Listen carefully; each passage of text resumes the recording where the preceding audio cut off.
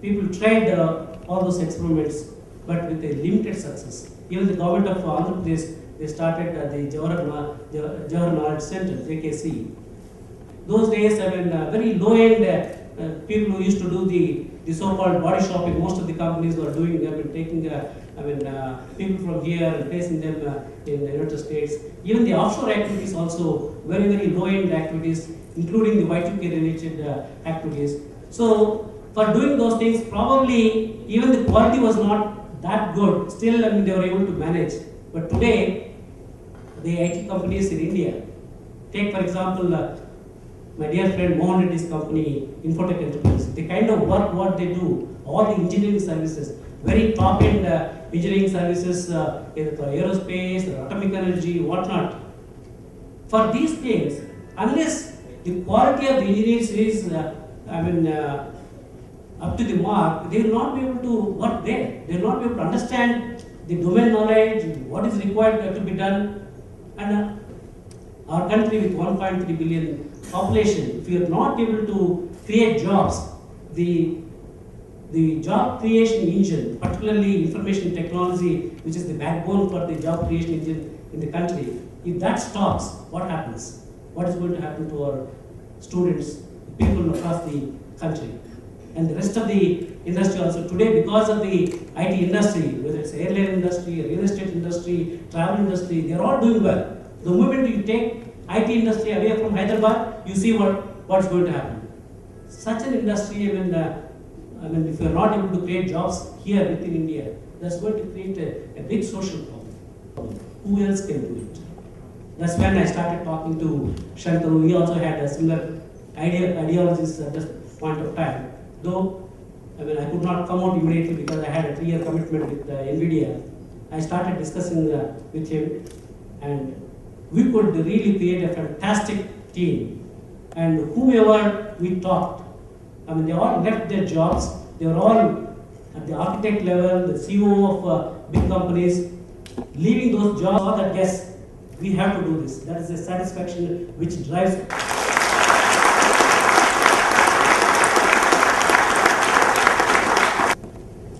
The first year of TalentSprint surely belongs to all the TalentSprinters in this large audience, as well as the corporations that put their faith in us. The first is also a tribute to our co-founder Madhu Murthy, who's over there, whose early success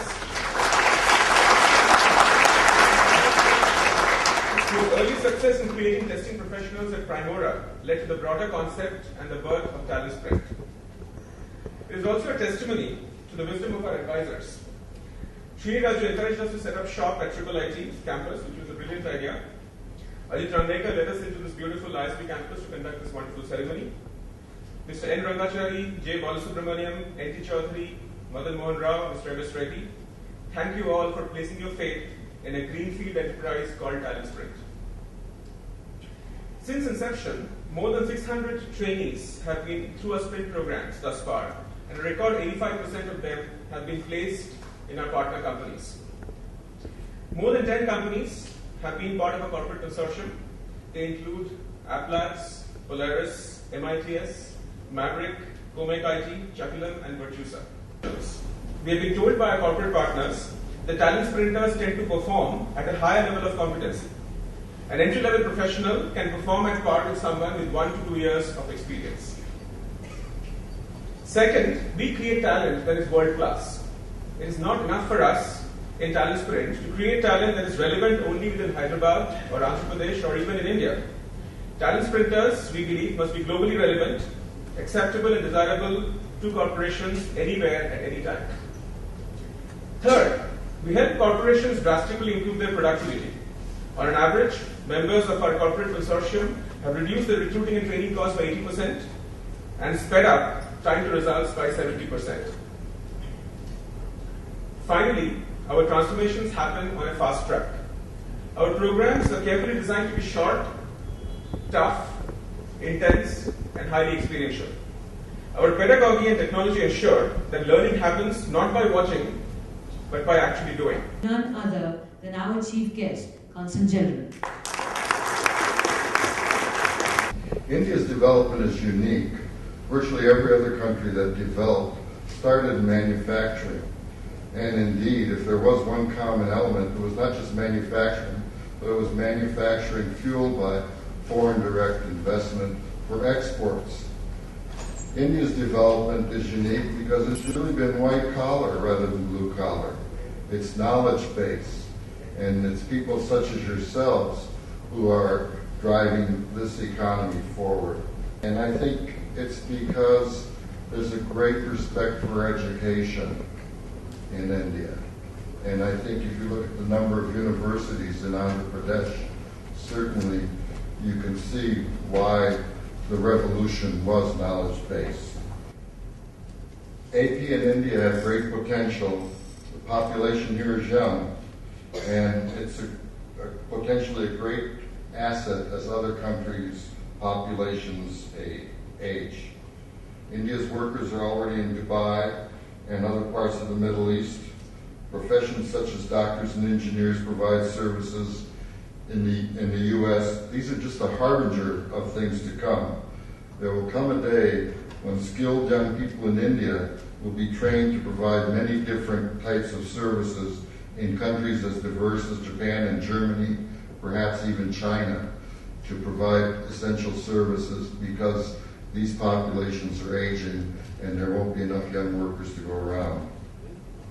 Well, I think I've said enough, but I would like to commend you all for taking the initiative to prepare yourselves for your future and congratulate you for your successful completion of the TalentSprint program. I wish you great success in your chosen fields. Thank you very much.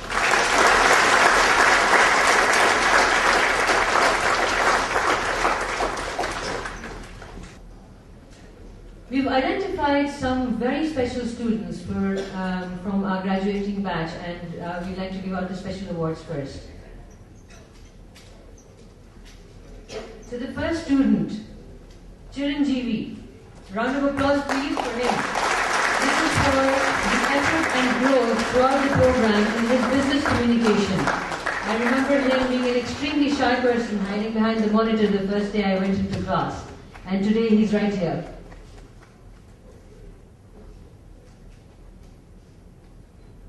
Congratulations, Chiranjeevi. The second special award is for B.S. Srinivas, and this is for the most active participation in class.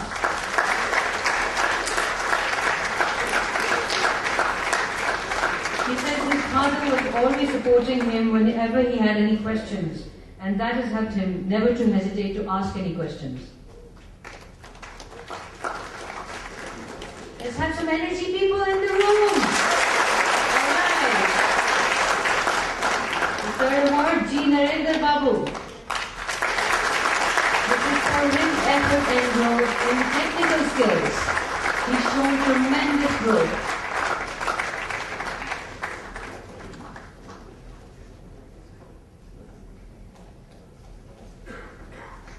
Fourth, Shivakumar P.H.J. For being very disciplined, sincere, and hardworking. And it only goes to show all of that because he's now joined the TalentSprint team.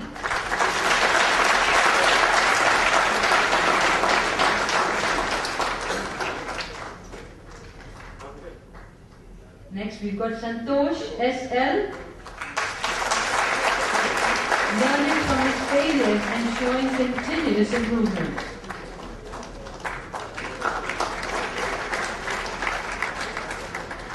Ramakrishna B. For regularity and enthusiasm in his learning skills.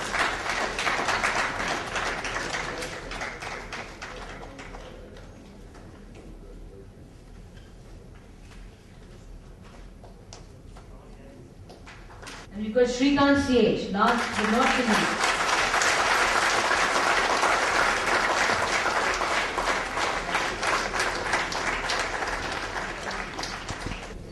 Right, now I'd like to invite the guests of honor, one by one, please, to share a few of their views.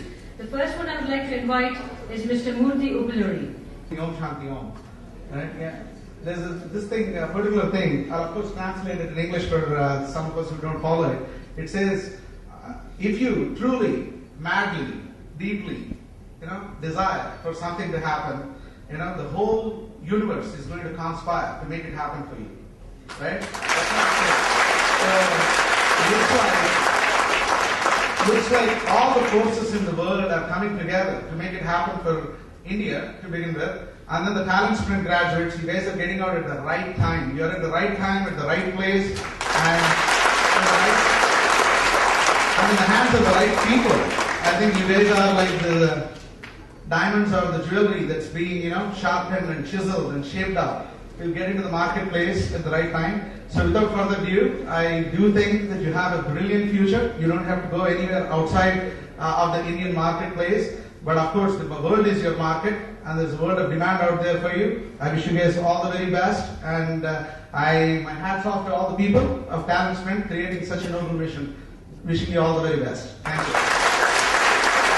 Mr. Devashish Ganguli. An institution is created by its alumni.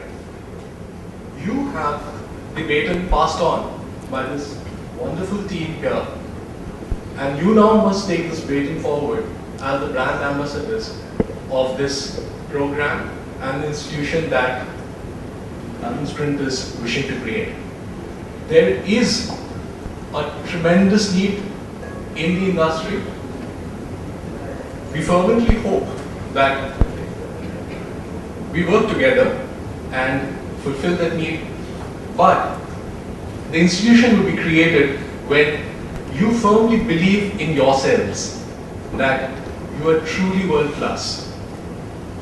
That's all I want to say, and hopefully we will be here sometime later, back again, all of us, and celebrate this moment again with the first batch graduates. I'd like to call Mr. Sashi Reddy, please. So when I first approached for this by Mr. Murthy, who's a good friend of mine, I of course had no doubt that this is the right thing to do, because Murthy personally, and he was going to teach a batch. I knew that there was no way that any staff in my company could teach to the same level. So I of course really signed up, and I wanted to ask, so what's the cost per student? He said, what cost? It's all free. I said, wow, this is like a fantastic system. So I see the institution almost like a short-term IIT. I mean, you guys get the best education, like best facilities, and I think the world is for you to take. You can get any job you want, and I'm really happy that some of you chose our plans. And thank you for that. Mr. Ranglekar. Thanks for following, please. Dean of ISB. I hope that all of you students, you will be recognized by your values, by the work you do, and by the contributions you make to the society, and not by what seat or position you hold. Always remember that.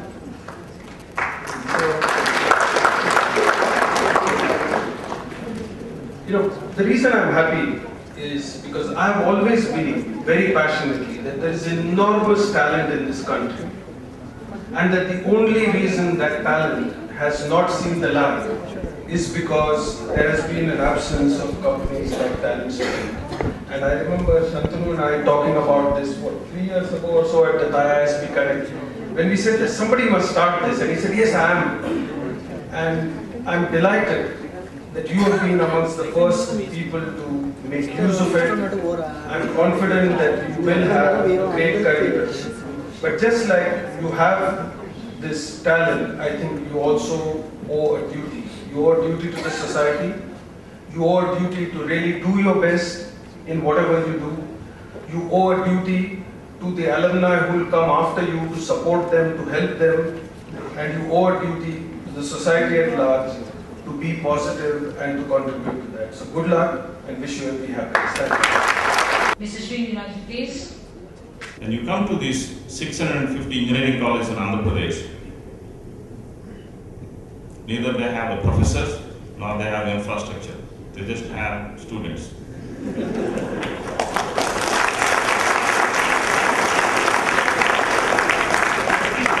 And that's the problem today what we have here. Andhra Pradesh produces the largest number of engineering graduates.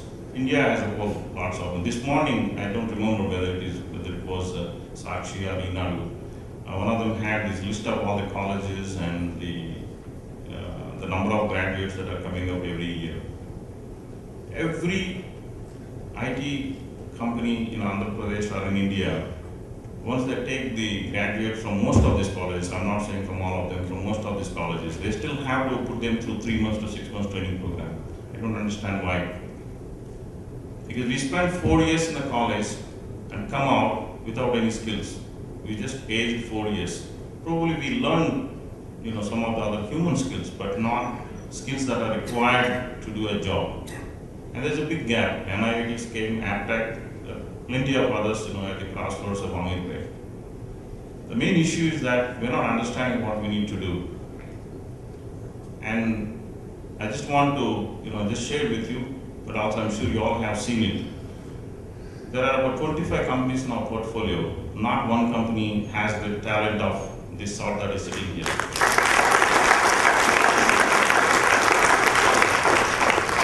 And even we want to recruit them, they won't join us. Because they have not come here just for another job. They all had great jobs, and I know all of them have taken a big cut in their compensation, and maybe some of them probably are not taking any compensation at all. With the goal that somehow these hundreds and thousands of people that are coming out of the colleges, we need to put them to good use. Actually, my suggestion is, in 4th year, all the people do a project. And very often, that is just copied from some lot of projects that are available on the internet or wherever it is.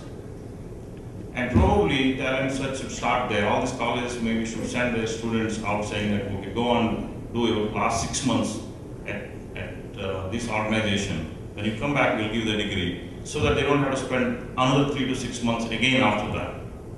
So that maybe that Jay and Shantanu, that probably we need to reach out to those colleges and say that, fine, anyway we have to do this, we'll do it while the people are still in the college, so we'll save some time for them. I congratulate all of you. I know you are in good hands, you'll do very well. And we hope that we also give good skills to those another 100 to 200,000 people who are graduating without skills. Thank you. Mr. Mohan Reddy, please. Today, the IT companies spend 3,000 crores every year training fresh graduates into their companies. That's the number that we have. It's 3,000 crores, which effectively means that this is something which should have been done, as Mr. Srini Raju said, in that 4 years. And so people missed out in those 4 years and come back, and then the industry does spend that amount of money. It's not just the money, if you look at it. There are 2 other issues that come by thereafter. You lose a precious 6 months. That's number 1, in terms of your own life as potential hires from companies like us. And the second one is, even the company loses out because we don't bill for those 6 months. So therefore, what Jay Chowdhury and his Lagan team have done is an outstanding job in creating a win-win situation for every one of us. Everyone who is a stakeholder, be it you as a student, be it him as a social entrepreneur, be it me as an industrialist, and the society. He talked about the story of his friend's son, who wants to become a lift boy after being an engineering graduate with first-class degree with him. And that's been my constant my constant theme too. And what is it about? I keep saying, if we produce these engineers at the pace at which we are producing, and if we don't give them jobs, what will happen is they'll have guns in their hands. That's what we don't want to see. None of us want to definitely make it happen. And the only way we'll ensure that it will not happen is making sure that we create enough of employment. And To create that employment, we need to have the right people. On that count, I will wish all of you a great luck. And I'd like to remind you, education is one aspect of it. Please do remember, there's something more to our lives, and that is the ethics and values.